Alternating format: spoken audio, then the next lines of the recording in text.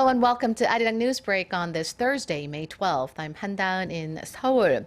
Korea held its first strategic meeting on science and technology at the presidential office of Cheongwade this morning to fulfill President Park Geun-hye's aim to establish a control tower for the nation's science and tech strategies, better manage the country's research and development resources, and facilitate research.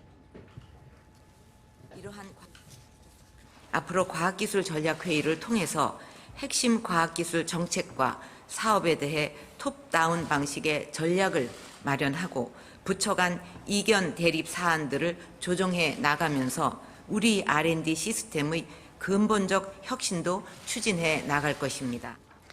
Government initiatives will be led in a top-down manner, but private projects for research and development will be carried out from the bottom up, meaning they will reflect market demand so they can quickly adapt to fast-developing technologies. Another key goal is restructuring research and development resources, and there will be major reforms for each project. Funding and other forms of support for all government-led projects will now be reviewed at the outset to maximize efficiency.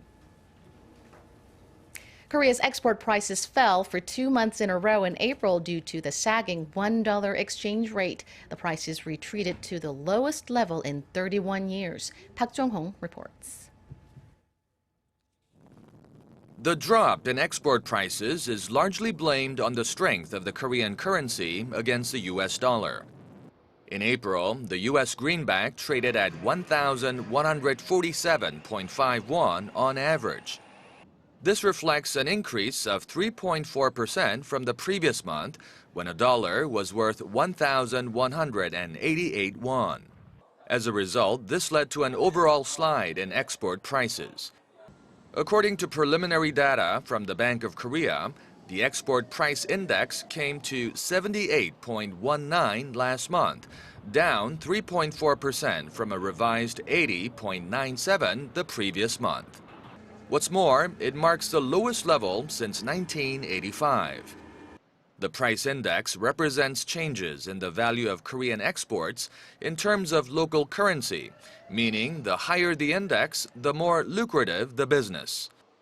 In terms of export items, outbound prices of agricultural and fishery products slipped 0.9% on month in April, which was the smallest decline.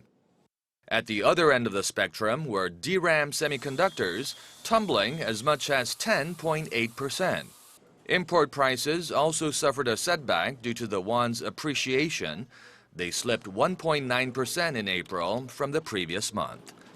Park Jong-hong, ARIRANG News. North Korea's historic Workers' Party Congress came to an end a few days ago, but the Hermit Kingdom is trying to keep the mood upbeat. What's ironic, though, is that while the celebrations go on, life remains tough for the North Korean people as the regime tries to boost the economy amid heavy sanctions. Lee Min-young has more. The curtain may have come down on North Korea's Workers' Party Congress, but it appears the country is still in a festive mood. On Wednesday, North Korea staged a concert to celebrate the once-in-a-generation event. Topping the bill at the 10,000-seat stadium in Pyongyang were the North's first all-women group, the Moranbong Band, as well as the Cheongbong Band. They sang the praises of the Workers' Party while footage of North Korea's recent achievements, such as the launch of a rocket which put a satellite in space, played on the background. Ever since the Congress wrapped up earlier this week, the North has spared no effort to celebrate the event, staging mass rallies and parades at Kim Il-sung Square. At a torchlight parade, North Korea hardened its stance on nuclear weapons by featuring slogans such as nuclear state, in a clear indication the regime has no intention of giving up its nuclear program. However, Pyongyang is constantly pressuring its people to further tighten their belts and yield achievements by staging work hard campaigns. Experts say it seems to be a move to revitalize the economy amid crippling international sanctions imposed on the North for its nuclear and missile provocations. Lee Min-young, ARIRANG News.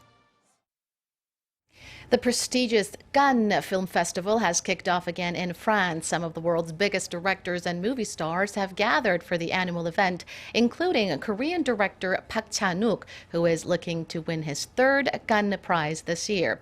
Kwon Jang-ho takes us to the scene. The world's biggest film festival is back, and the 69th annual Cannes Film Festival has once again brought no shortage of star power. The event opened with the return of an old maestro, Woody Allen, with a light-hearted Café Society. George Miller, the director of last year's box office smash Mad Max Fury Road, is leading the festival jury this year.